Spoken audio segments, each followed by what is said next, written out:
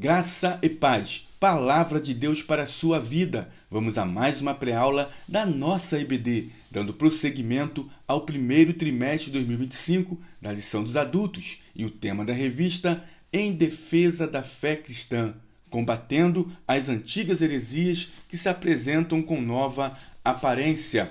O comentarista das lições desse primeiro trimestre, das 13 lições desse trimestre, é o pastor Ezequias Soares.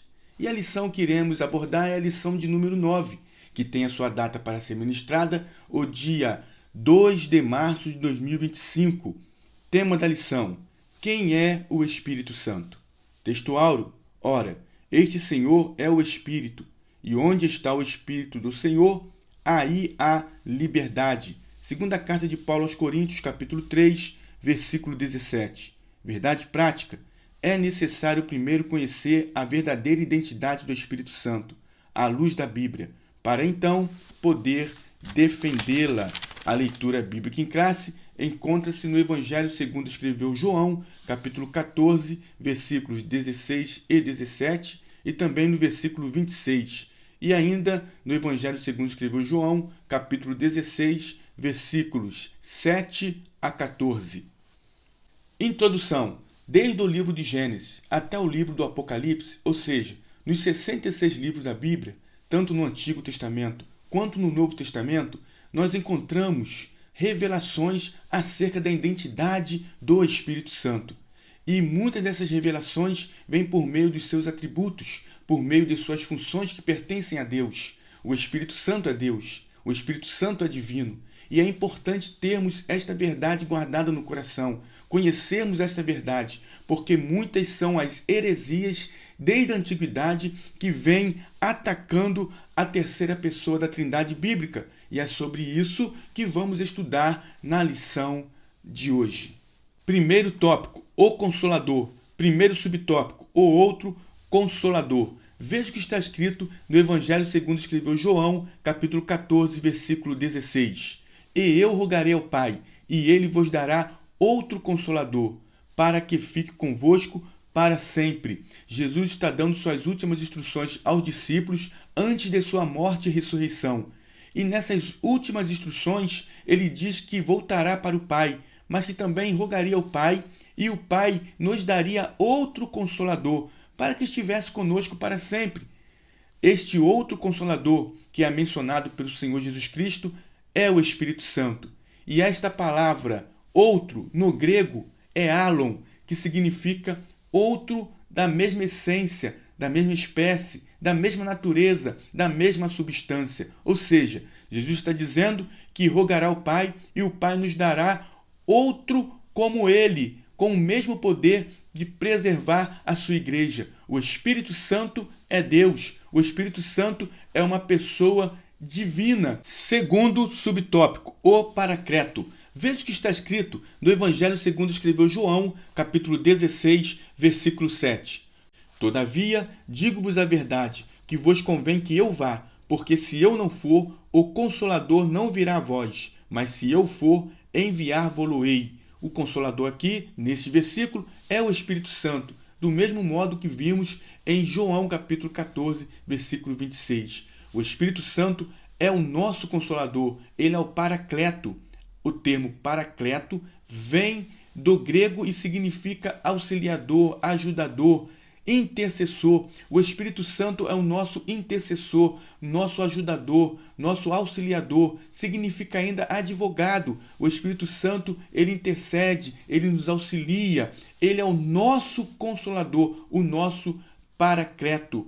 E ele é enviado pelo Pai em nome de Jesus para ensinar os discípulos e para lembrar tudo aquilo que o Senhor havia lhes dito e também para testificar acerca dele. Veja o que diz Evangelho segundo escreveu João, capítulo 14, versículo 26. Mas aquele Consolador, o Espírito Santo, que o Pai enviará em meu nome, vos ensinará todas as coisas e vos fará lembrar de tudo quanto vos tenho dito.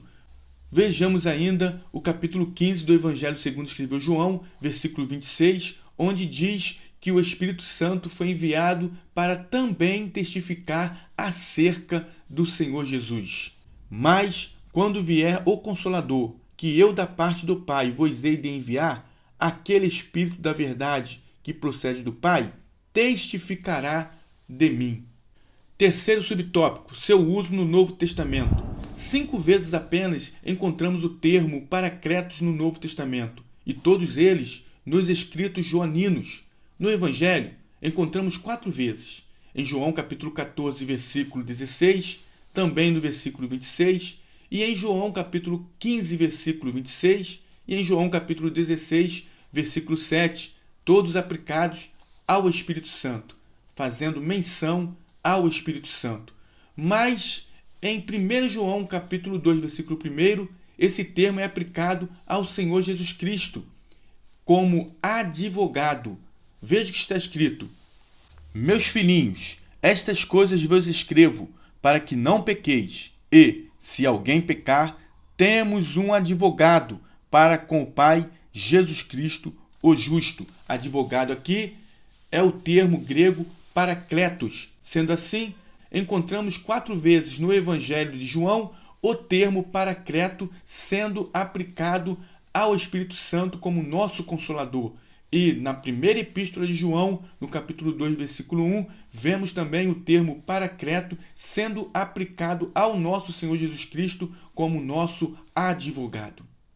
Segundo tópico, sua deidade, atributos e obras. Primeiro subtópico, sua deidade. Já afirmamos aqui nesta lição acerca da divindade de Jesus, que ela foi revelada tanto no Antigo quanto no Novo Testamento. No Antigo Testamento, podemos ver já no primeiro livro da Bíblia, no livro de Gênesis, no capítulo 1, no versículo 1, onde diz que no princípio criou Deus os céus e a terra. Podemos ver que aí é Bereshit bara Elohim. Vemos de forma implícita a presença do Pai, do Filho e do Espírito Santo. Observe que no versículo 2, de forma já explícita, nós vemos o Espírito Santo agindo, o Espírito de Deus que se movia sobre a face das águas. Então o Espírito Santo, ele já é, lá no Antigo Testamento, sendo revelado como uma pessoa divina. Podemos ver ainda no capítulo 1, no versículo 26, onde ali há uma reunião entre os membros da Trindade e está escrito que disse Deus: façamos o homem à nossa imagem, conforme a nossa semelhança. Observe bem, façamos o homem. Esse verbo façamos nos mostra que ali estava presente os 3 membros, as 3 pessoas da Trindade, o Pai, o Filho e o Espírito Santo. Já vimos a definição de Trindade nas lições anteriores. A definição é: Deus é um que subsiste em 3 pessoas distintas, o Pai, o Filho e o Espírito Santo. Então observe que o Espírito Santo, ele é Deus. Podemos ver ainda quando da confusão das línguas em Babel, onde está escrito: eia, desçamos e confundamos as línguas. Então, esses verbos nos mostram que ali estava presente o Pai, o Filho e o Espírito Santo, os membros da Trindade. O Espírito Santo é Deus. Podemos ver ainda isso na vida de Sansão. Veja o que está escrito em Juízes capítulo 15, versículo 14. Abre aspas. O Espírito do Senhor possantemente se apossou dele. Se apossou de quem? De Sansão. O Espírito do Senhor, aqui Senhor é Javé. O Espírito do Senhor se apossou dele. Agora, no entanto, na sequência, lemos que depois de ser traído por Dalila, o Espírito do Senhor se retirou dele. E isso está escrito em Juízes 16, versículo 20. E vem escrito assim, abre aspas, não sabia que já o Senhor, aqui Senhor é Javé, se tinha retirado dele. Aqui está de forma explícita que o Espírito Santo é Deus. Mas no Novo Testamento encontramos um texto que traz de maneira bem explícita a divindade do Espírito Santo. E esse texto está em Atos dos Apóstolos, capítulo 5, versículos 3 e 4, quando Pedro chama a atenção de Ananias, pois Ananias estava usando de inverdades. E o Espírito Santo é Deus, portanto ele é onisciente, ele conhece todas as coisas. Não tem como mentir ao Espírito Santo. Veja o que Pedro diz a Ananias. Disse então Pedro, Ananias, por que encheu Satanás o teu coração para que mentisses ao Espírito Santo e retivesses parte do preço da herdade? Guardando-a, não ficava para ti? E, vendida, não estava em teu poder? Por que formaste este desígnio em teu coração? Não mentiste aos homens, mas a Deus, porque o Espírito Santo é Deus. Segundo subtópico, seus atributos. A divindade do Espírito Santo também é revelada por meio dos seus atributos, porque ele é Deus. Já vimos nas lições anteriores que Deus tem atributos comunicáveis e incomunicáveis, e que os atributos comunicáveis de Deus são aqueles que ele comunica com a sua criatura. Por exemplo, Deus é amor, nós também podemos amar. Deus é bom, nós também podemos exercer a bondade. Deus é justo, nós também podemos agir com justiça. São os atributos comunicáveis de Deus. Agora, há os atributos incomunicáveis. Esses somente pertencem à divindade. Só Deus pode ter esses atributos. A criatura jamais terá esses atributos. Somente o Criador. E esses atributos são a onipotência, a onipresença e a onisciência. E o Espírito Santo, por ser Deus, ele também tem esses atributos incomunicáveis. O Pai é onipotente, o Filho é onipotente e o Espírito Santo também é onipotente. O Pai é onisciente, o Filho é onisciente, o Espírito Santo também é onisciente. O Pai é onipresente, o Filho é onipresente e o Espírito Santo é onipresente. Quanto à sua onisciência, a Bíblia diz que ele, o Espírito Santo, ele conhece todas as coisas, até as profundezas de Deus. Ele conhece o coração dos seres humanos. Ele é conhecedor de tudo. O Espírito Santo está em todo lugar. O Espírito Santo também tem todo o poder, assim como o Pai e como o Filho, porque ele é Deus. Possui também o atributo da eternidade, pois é chamado de Espírito eterno. Terceiro subtópico, suas obras. São inúmeras, são muitas as obras de Deus efetuadas pelo Espírito Santo.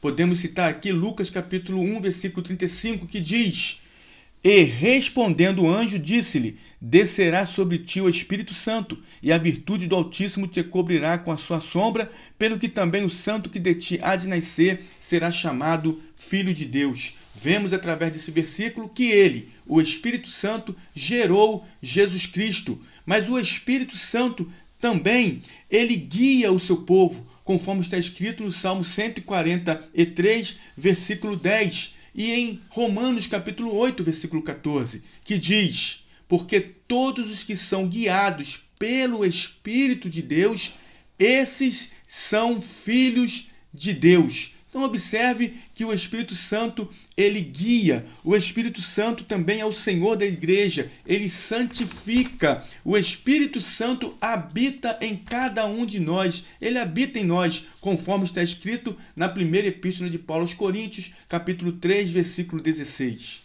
Não sabeis vós que sois o templo de Deus e que o Espírito de Deus habita em vós? O Espírito Santo é o autor do novo nascimento. Ele é o agente regenerador. É ele quem faz uma obra no interior do homem, fazendo com que o homem, uma vez aceitando a Cristo, se torne em uma nova criatura. O Espírito Santo é quem faz esta obra da regeneração. E Jesus disse isso a Nicodemos. Jesus disse: na verdade vos digo, que aquele que não nascer da água e do Espírito não pode entrar no reino de Deus. Portanto, o Espírito Santo também é o autor do novo nascimento. E o Espírito Santo é quem convence o homem do pecado, da justiça e do juízo, conforme está escrito em João, capítulo 16, versículo 8. Então, o Espírito Santo realiza essas obras, e essas obras são exclusivas de Deus, realizadas pelo Pai, Filho e o Espírito Santo. Essas obras divinas evidenciam que o Espírito Santo é Deus, igual ao Pai, igual ao Filho. Terceiro tópico, heresias antigas e novas. Primeiro subtópico, as primeiras heresias. Vamos agora ver o que alguns grupos heréticos falam acerca do Espírito Santo. Letra A. Os arianistas. Novamente vamos falar de Ario. Ario, que considerava o Verbo como uma criatura, como a primeira criatura feita por Deus, agora também ele considera o Espírito Santo como criatura. Mas, para amplificar isso, um homem chamado Eunômio, que é um arianista radical, ele considerava o Espírito Santo como a mais nobre das criaturas produzidas pelo Filho, a pedido do Pai. Dizia que, abre aspas, o Filho é o Criador do Espírito. Uma heresia terrível. Letra B. Tropicianos eram uma seita do Egito e defendiam que o Espírito Santo era um anjo e criatura. Letra C. Pneumatomacianos eram considerados os opositores do Espírito e eles negavam a divindade do Espírito Santo. Segundo subtópico, as heresias na atualidade. Há um grupo religioso na atualidade que segue as mesmas linhas teológicas dos arianistas, desse grupo herege dos arianistas. Eles seguem as mesmas heresias. Os líderes deste grupo na atualidade negam a divindade e a personalidade do Espírito Santo e em suas literaturas eles eles grafam o nome do Espírito Santo com letra minúscula. E mais, em Gênesis capítulo 1, versículo 2, onde está escrito na nossa Bíblia, e o Espírito de Deus se movia sobre a face das águas, eles tiram o Espírito de Deus e colocam a força ativa de Deus. Quando já dissemos aqui na lição que o Espírito Santo de Deus não é uma força ativa, ele é Deus. E, portanto, é uma pessoa que pertence à Trindade. O Espírito Santo, enquanto pessoa, ele tem personalidade, ele tem intelecto, vontade e sensibilidade. Ele, enquanto intelecto, Jesus disse, mas aquele Consolador, o Espírito Santo, que o Pai enviará em meu nome, vos ensinará todas as coisas. Portanto, ele tem intelecto, ele ensina, mas também ele é sensível. Diz a Bíblia em Efésios, capítulo 4, versículo 30. E não entristeceis o Espírito Santo de Deus, no qual estáis selados para o dia da redenção. Então, o Espírito Santo, ele tem sentimento, ele se entristece. Então, ele tem vontade, ele tem intelecto, sentimento e vontade. Vimos nas lições anteriores que o Espírito Santo impediu o apóstolo Paulo de ir a um certo lugar. Por quê? Porque ele tem vontade. Vimos também que foi o Espírito Santo quem escolheu Paulo e Barnabé para a primeira viagem missionária. Então observe que o Espírito Santo ele é uma pessoa. E este grupo herético, esse grupo religioso nos dias atuais, eles têm a mesma visão dos grupos heréticos e podemos citar aqui os arianistas. Terceiro subtópico, o Espírito Santo em outras religiões. Como outras religiões veem o Espírito Santo? Vamos ver aqui na letra A, onde o comentarista coloca assim, uma crença estranha. E como exemplo, ele fala dos intelectuais da religião islâmica. Por quê? Porque esses interpretam que o seu líder é o Consolador prometido por Jesus. É uma interpretação completamente errônea. E vamos agora à letra B, onde nós temos a resposta bíblica contra isso. Jesus disse que o Consolador é o próprio Espírito Santo. Veja o que está escrito em João capítulo 14, versículo 26, que já fizemos menção aqui nesta lição e vamos dizer novamente. Jesus diz, mas aquele Consolador, o Espírito Santo, que o Pai enviará em meu nome, vos ensinará todas as coisas e vos fará lembrar de tudo quanto vos tenho dito. Então, portanto, Jesus deixa bem claro que o Consolador é o Espírito Santo. Trata-se de um ser que não morre, porque o Espírito Santo, sendo Deus, ele é eterno, não tem início e nem fim. mas sim que vive para sempre pelos séculos dos séculos. Jesus disse que também esse Consolador, ele, além do Pai enviar, ele estaria em nós. E ele está em cada um de nós. Nós somos templos do Espírito Santo. E que quando vier o Consolador, que eu da parte do Pai hei de enviar, aquele Espírito da verdade que procede do Pai, testificará de mim. Ou seja, o Espírito Santo também testificaria acerca de Cristo. E é por isso que quando estamos cheios de alegria, adorando a Deus, cheios da presença do Espírito Santo, nós dizemos glória a Jesus, porque estamos testificando acerca de Jesus por meio do Espírito Santo. E mais, assim o Espírito Santo testifica de Cristo, o nosso Senhor. Conclusão. Vimos que a deidade e a personalidade do Espírito Santo estão presentes em toda a Bíblia Sagrada de maneira abundante e tem sido crença da Igreja desde o princípio. Por isso, a relevância da defesa dessa doutrina. O Consolador é enviado pelo Pai em nome de Jesus para ensinar os discípulos e fazer lembrar de tudo o que o Filho ensinou e para testificar dele. Não é possível uma força ativa e impessoal ser enviada em nome de alguém tendo tais atributos. Inscreva-se em nosso canal, ative o sininho em todas as notificações, dê o seu melhor like, compartilhe, nos ajude com a sua oração. Assista aos vídeos anteriores, aos hinos sugeridos e Deus abençoe a sua vida, Deus abençoe a sua família.